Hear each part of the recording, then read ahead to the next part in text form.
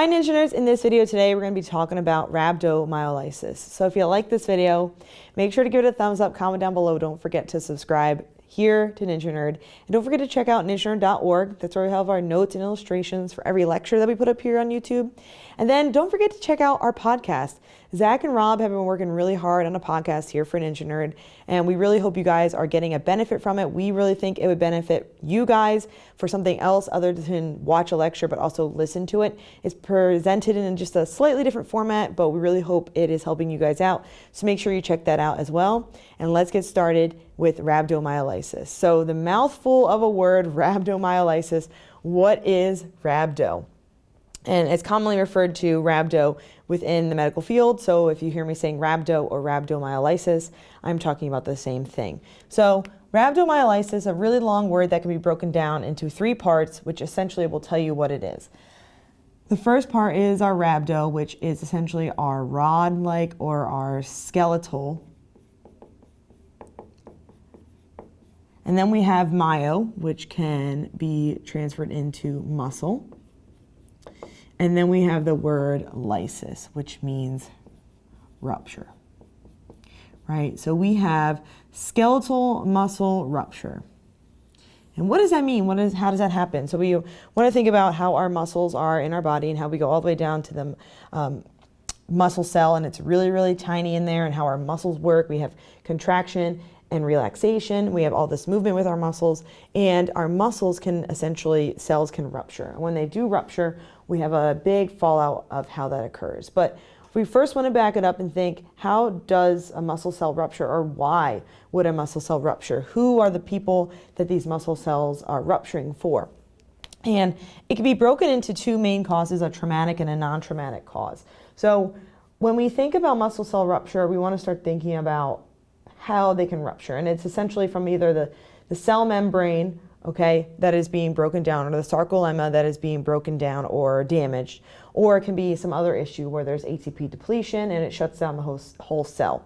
So we want to look into the first grouping, which is traumatic. And with traumatic, we want to start thinking about those patients that come in, and I immediately think of patients that are trauma patients, or patients that are going to come in and need a high level of care. So for me, immediately the first one I think about is a crush injury. So you can think of these in a couple different ways. A patient that has been crushed under some type of structure, they are crushed or pinned between something in a car accident, or if they are having any other type of crush, meaning to the entire body, right? So it's a crush injury, meaning it's crushing the body and the bones into a bunch of different parts, right? So when that bone is basically mutilated or crushed underneath something for a long period of time, we are having a chance for somebody to develop rhabdo. Another area that can be traumatic is a burn, right? Someone who has prolonged or extensive burns, deep burns within the body. That could be somebody who also is going to possibly go into rhabdo. We also want to think of things that can occur within trauma, which is a person that can go through and have a long period of compression or immobilization.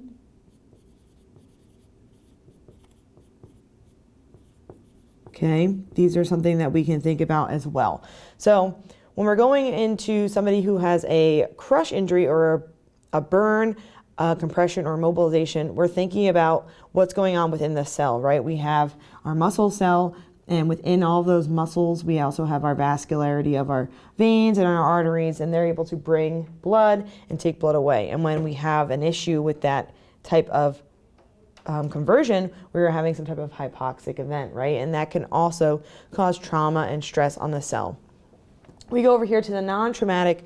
This is the area where we start thinking about things that are not necessarily depleting the muscle of oxygen, but possibly depleting the muscles of ATP, so of our energy. So for this one, we're going to be looking at things of people like that are doing extraneous exercise. So when we were thinking of extraneous exercise, it's a couple different things. Somebody who maybe has never worked out before goes and does a workout that maybe was a little too advanced for them. You can also think of people that are maybe doing things that are a lot harder. So Someone who maybe is running a marathon, they deplete their stores of ATP. Somebody who is going through and doing a CrossFit workout. A lot of CrossFit training can occur with non-traumatic rhabdo. Okay, what else can go on? We can have people that are in sepsis or some sort of infection that occurs, right? That is causing damage and depletion to the cell. We can also think of seizures, right? Somebody who has a prolonged seizure, which could also deplete the cells of its ATP stores. And what we're looking at here is we're looking at issues with our ATP, with hypoxia or damage to the cell. And there's a lot of other issues as well. There can be people that do substances.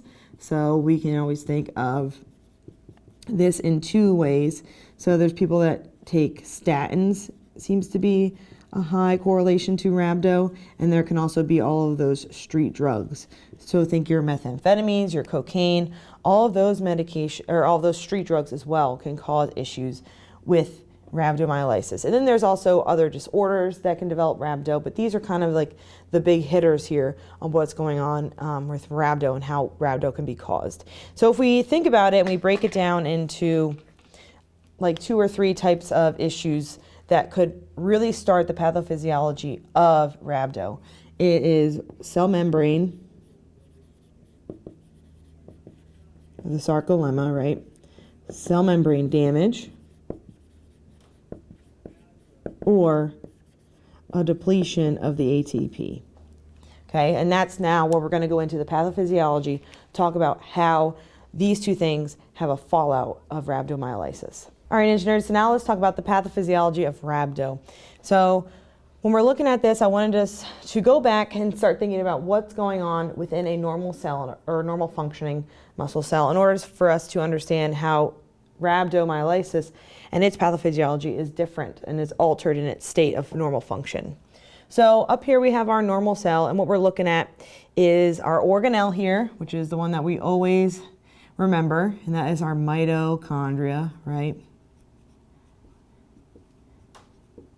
And over here we have our sodium, potassium, ATP, ACE. We have our calcium, ATP, ACE. And then we have our channel here. It allows some flow, osmosis of water moving through. And what we're looking at is we're trying to understand how does our cell function normally.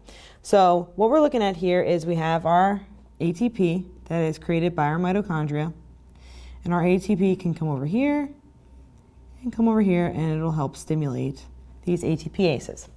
So when we're looking at this cell, we have our sodium, potassium, ATPase, right? That's going to allow for our exchange of our sodium and our potassium. So our ATPase is going to allow our potassium to come into the cell and our sodium to go out of the cell. And we also have our calcium ATPase that is able to bring our calcium out of the cell and help keep all that nice normal gradient and what we want in order for our muscles to function, right? And this is great and all until we have some type of injury or we have some type of depletion. So maybe we ran a marathon and now we have depleted a lot of our ATP stores. Maybe we had a prolonged tourniquet after surgery. We went to go to get some type of orthopedic surgery, had a tourniquet on for a long period of time, and now we actually are developing some rhabdo, right? So we can either have some type of damage here to the cell, right? Or our mitochondria is now going to have a depletion in our ATP. Okay, so does that make sense so far? So back it up really quickly. Normally, our sodium-potassium pump is bringing in our potassium and bringing out our sodium. And our calcium pump is bringing out our calcium. But now, with a depletion of ATP, we are now going to have a negative effect, right? We don't have enough ATP to keep firing. So in our sodium ATPase, if it's not able to bring out its sodium and bring its potassium in, right? Because of this not happening, our sodium is going to increase. When our sodium increases in the cell, right, what happens? What is obsessed with sodium? What likes to follow sodium?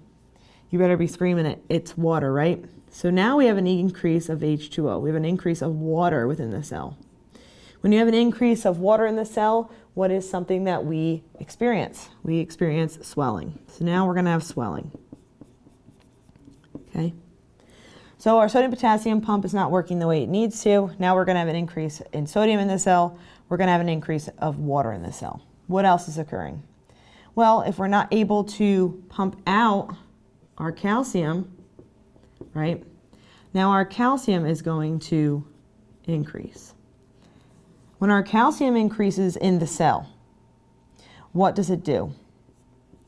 It will stimulate our proteases, right? Our enzymes. And these proteases, what do they do? What do these proteases do? They go and they start attacking our mitochondria. And our mitochondria now is having an even more depletion of ATP. So because of that, we then have continued cell destruction. And over time, as this happens, we are eventually going to have apoptosis, necrosis of the cell as well, and then lysis, because it's rhabdomyolysis. So what happens? This cell then bursts open and dumps out all of its contents, right? And when all that contents goes into the body, it causes an issue within our body. So right in here is where all of that rhabdomyolysis is occurring. We have a depletion in our ATP, or we have some cell damage, and as that goes in with the proteases, and they go into further damage our mitochondria, we can have further damaging of our cell destruction, and then we get our necrosis, apoptosis, and lysis. So let's go in now and talk about what happens when all of this cell lyses and all of its contents then dumps out into our body. All right, Ninja Nerds, so now we're going to talk about quickly, just run through some of the things that will exit the cell, some of the cell contents that will exit when there is a lysis of our cell, and then how they can potentially affect our body. And I think this is really important to understand so that when we start talking about the signs and symptoms or the clinical manifestations of rhabdomyolysis, we're able to understand it on a level of what has happened within the body. Now that our cell has lysed, what we're looking at here is what are some of the components that have been dumped out or have been emptied into our body.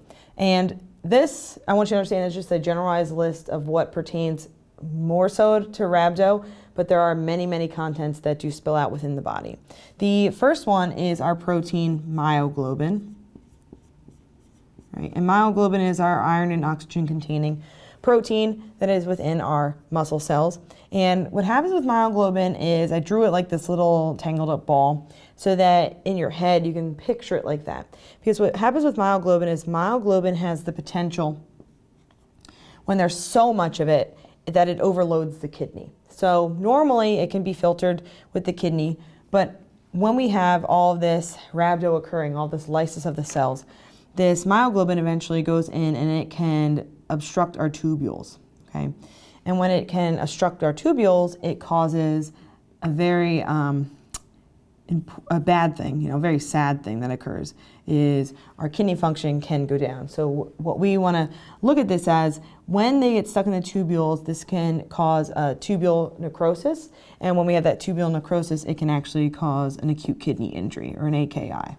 So myoglobin is great in the body for when it's working what it needs to do. But when it is in such immense capacities as it is in rhabdo, and it is so elevated within the body, it can overload the kidney and eventually cause an acute kidney injury. So not good. We also have a dumping of our potassium, which can potentially cause our hyperkalemia, right? So we have this increased amount of potassium going into the body. And when we think about hyperkalemia, we want to start thinking about what that can do. That can cause issues with our heart, right? So our heart now is not working in the way it should. It may be causing some dysrhythmias and things that we don't want. Dysrhythmias, okay? Also, calcium, right? So calcium, we want to think back to what's happening is it is actually not getting pumped out of the cell, so it's actually getting pushed back into the cell. So initially with calcium, it can actually be hypocalcemic, and then later it can potentially become hypercalcemia. So calcium can go low in the beginning due to the ATPase being turned off and it's all of our calcium going intracellular, or there can also be hyperkalemia later when there is that lysis over time. So calcium is unique. It's one that can go either way. I mean, most of them are, but potentially hypo in the beginning and then hyper after for calcium. Then we have our CK, our creatinine kinase. And what we're looking at here is our muscle enzyme. And over time, as these muscles are breaking down, our CK is going to increase, right? So we have an increase in our creatinine kinase in our blood. And we also have our lactic acid. What is our lactic acid? Remember what lactic acid is or how it produces in the body? Remember, the presence of lactic acid is when we have an anaerobic occurrence within our body. So when we have our body goes into anaerobic, right? We don't have enough oxygen. Our body's byproduct then is our lactic acid. So our lactic acid can also elevate. So this is just a general overview of what is occurring within the body once the cell lyses, because the rhabdomyolysis fallout is when all of these contents start to spill into our body. So let's now talk about what this all looks like in our patient in their clinical manifestations, their signs and symptoms, how we are going to diagnose them, and then how are we going to take care of them and treat them afterwards. Now we're at the point here where our patient potentially comes in and we start to use our nursing brain to think, what's going on with this patient? I think it might be rhabdo. And with patients that are particularly in rhabdo, they have a classic triad of signs that they usually show, and what we're going to talk about now. So with signs and symptoms, we're going to be looking at 3 in particular. And the 3 that we're looking at here, I drew up little pictures, to help you kind of keep in mind of what those 3 classic signs are. The first one is fatigue. You're probably like, that's very generic, or being tired, right? It's a very generic sign. But you want to think back to what's going on within our pathophysiology. Remember, this patient has a potential of depletion in ATP. So them presenting as tired or fatigue makes sense. Another sign they have is really dark urine, right? And they're going to potentially say they're also having no urine, or they're having really, really small amounts of urine. So they're either oliguric or they're anuric, and they're also going to be having this dark urine. So this is, again, something you're like, what's going on? And I want you to think to yourself right now, why is that urine dark? Well, remember we talked about how those kidney tubules are being affected by that myoglobin. So if that myoglobin is coming out in the urine because it's being overloaded, it's turning that urine dark. And then we also want to think about the last thing. The last thing here is this like ache or pain within our muscle, right? So they're going to be having myalgia, right? So they're going to have either some type of muscle pain, soreness, achy, right? And again, that makes sense. This patient potentially had some type of crush to the muscle or compression to the muscle. They're going to have some type of injury to the muscle. Or they've also had some type of extensive workout or prolonged seizure where that muscle was in a long contraction state. And over time, it has created some type of soreness, ache, or pain within that muscle. And then we also want to think about other things that could be going on. Because remember, we said there's also that potential for the potassium to be dumped out, or there's other contents, lactic acid, to be dumped out. So this patient will also show other types of signs like nausea and vomiting. They could also have a fever if there's some type of underlying infection going on. And there can also be other issues like dyspepsia, where they're burping up a lot. And they could also have other things that are going on as well. Like besides the fatigue, they could also maybe have an altered mental status. It could just go on and on and on. But I want you to think back again to what are some of the basic signs or the triad that we're looking at, and that's the fatigue, the dark urine, and the muscle pain, the myalgia. So now we're going to go in and start thinking, okay, we got to do some tests on this patient, right? So doc's going to order a bunch of different tests, and I always think in nursing, when I'm approaching a patient, the things that I can do really quickly at bedside versus the ones that might take a minute or two. So really quickly at bedside, we can do an ECG or an EKG to check the patient's heart, right? This patient maybe said, I don't know, I've been feeling kind of funny, tired, I'm a little dizzy, or they're saying my heart feels funny, like something feels funny in there. So we're going to do an EKG. And when we do the EKG, we're going to be looking at the abnormalities. Well, we already talked about before that hyperkalemia might be an issue, right? With hyperkalemia, what are some of the ECG changes that we see? We see the peaked T waves, we see the widened QRS, we see the absence of our P wave, right? So that is something that could indicate to us that, okay, this patient might have elevated potassium. So maybe they are in rhabdo. There might be also things that we're looking at. Remember, we talked about the hypocalcemia that potentially could become hypercalcemia, right? And there's many, many, many other changes within calcemia. Many, many other changes that could be seen within the EKG, but we at least want to get their baseline EKG at this moment in time. Then we want to move into our urinalysis.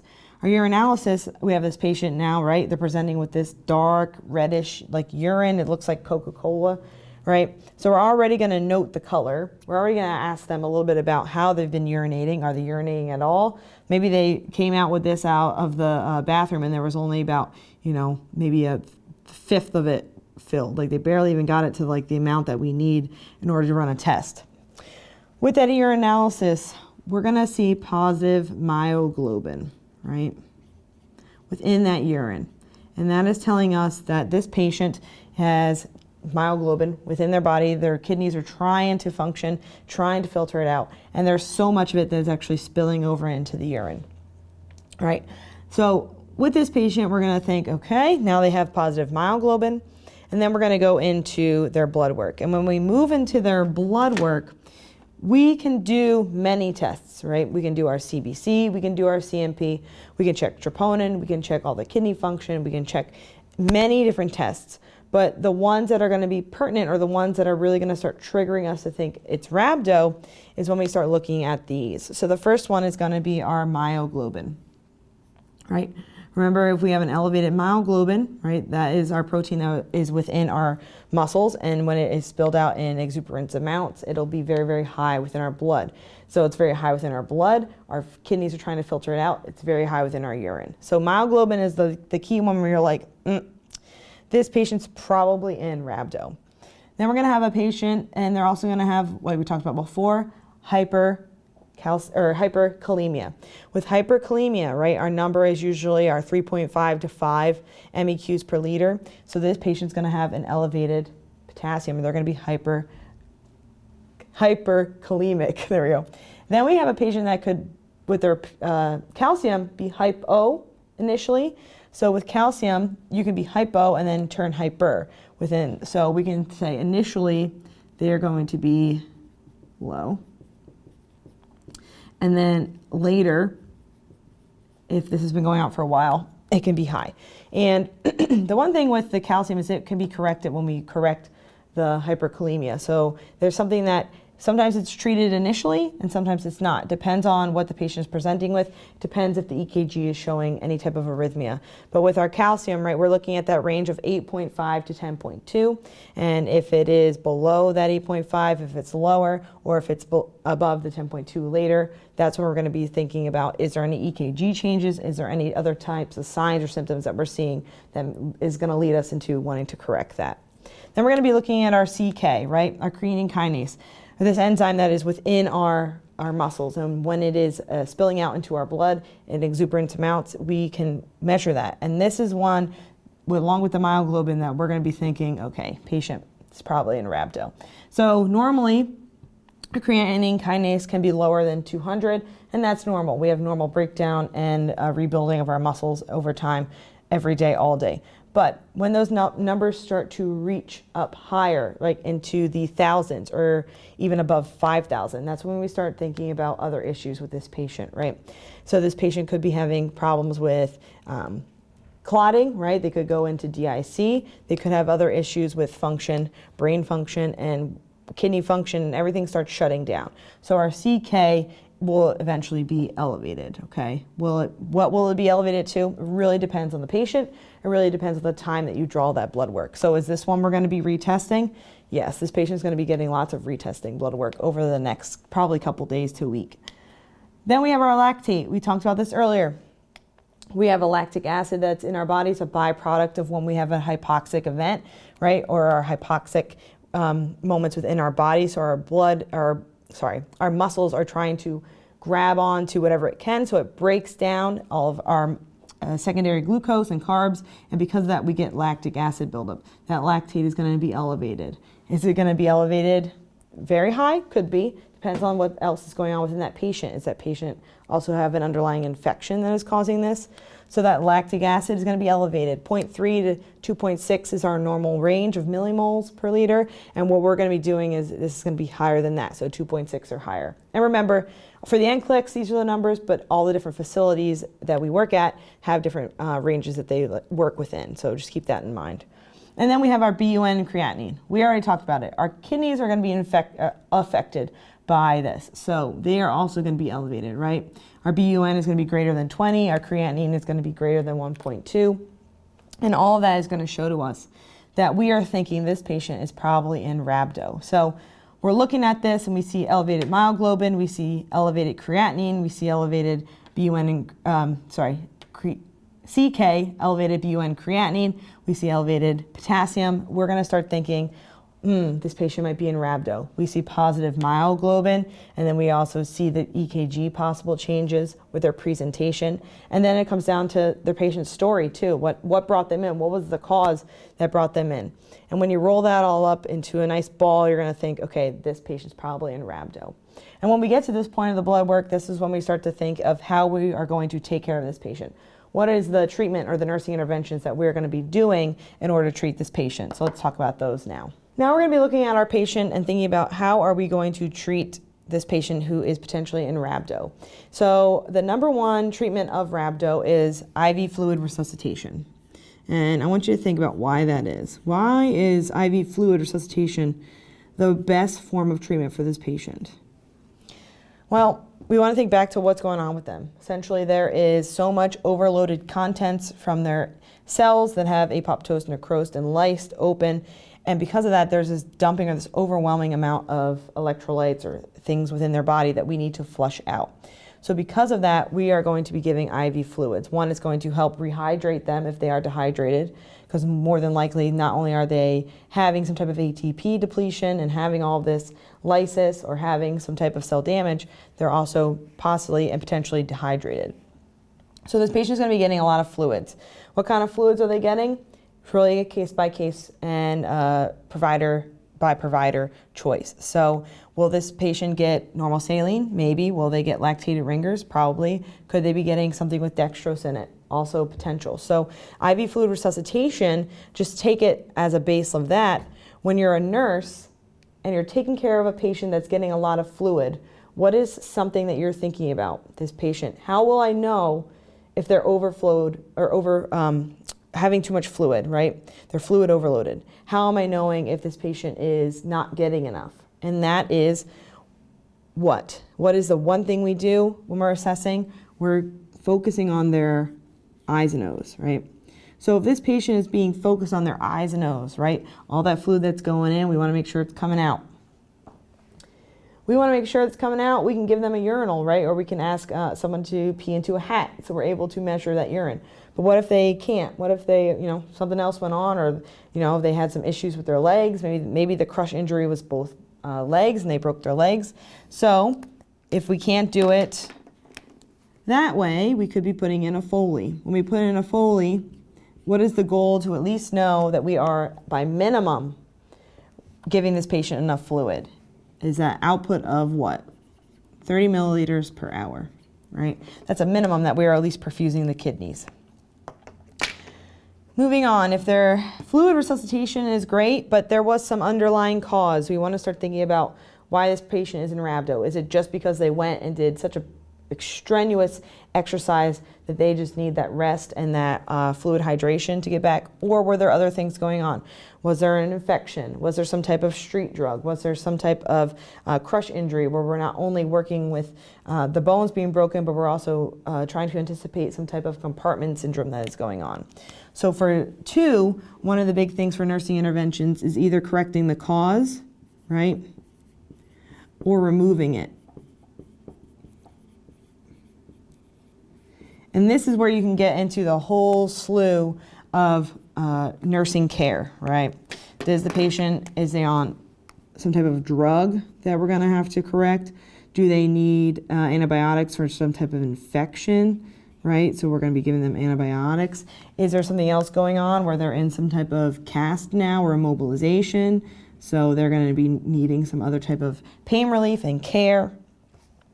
And we wanna start moving into correcting that. Are their potassium levels so high that we're going to be giving them Kxalate? We're going to be giving them some bicarb insulin and dextrose. So this is where, again, case by case, it can get really massive in the care of these patients. And then the last thing we want to be looking at here is, what if they are in rhabdo so severely that giving them fluids is still not great? That myoglobin has affected the kidney function so bad that the kidneys are literally shutting down. And in that case is when we want to start thinking about going into dialysis. Right? This patient may need some dialysis. They may need some other interventions as well in order to help the kidney function out. But overall, I want you to think in the basis of nursing. The basis of nursing are, what is our care going to look like here? Our care is going to be the basics, which is those I's and O's, right? They probably are going to be on telemetry, right? Keeping an eye on that, and then we're also be correcting any other problem that they need. So that is it, Ninja Nerds. I hope this made sense. I hope this lecture at least helped you a little bit on what rhabdomyolysis is and how you will care for a patient with rhabdomyolysis and how to recognize it. And as always, until next time.